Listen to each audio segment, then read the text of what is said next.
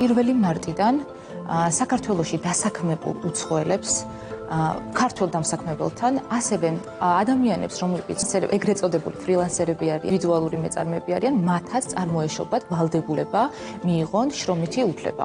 ის პირები, რომლებიც უკვე იმყოფებიან საქართველოში და ახორციელებენ შრომით უფლებებს და რეგისტრირებულნი არიან ჯანდაცვის ერთიან ბაზაში, მათ ვალდებულება აქვთ 2027 წლის 1 იანვრამდე მოაწესრიგონ დოკუმენტაცია, რაც მოიცავს იმას, რომ აუცილებელია მათ მიიღონ შრომითი უფლება და ამასთან ერთად რომელიმე ბინადრობის უფლება და შესაძლებელია D1 კატეგორიის საიმიგრაციო ვიზაც.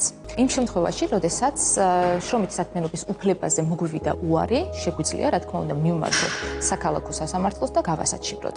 ამ კანონის მიღების შეცვლის უპირველესი მიზანია ადგილობრივი მოსახლეობის, ადგილობრივი დასაქმებულების დაცვა. რადგან თუ არსებობს საქართველოს მოქალაქე, რომელიც იმ პოზიციაზე ძალიან კარგად გაართმევდა თავს, არ უნდა იყოს უცხოელი დასაქმებული.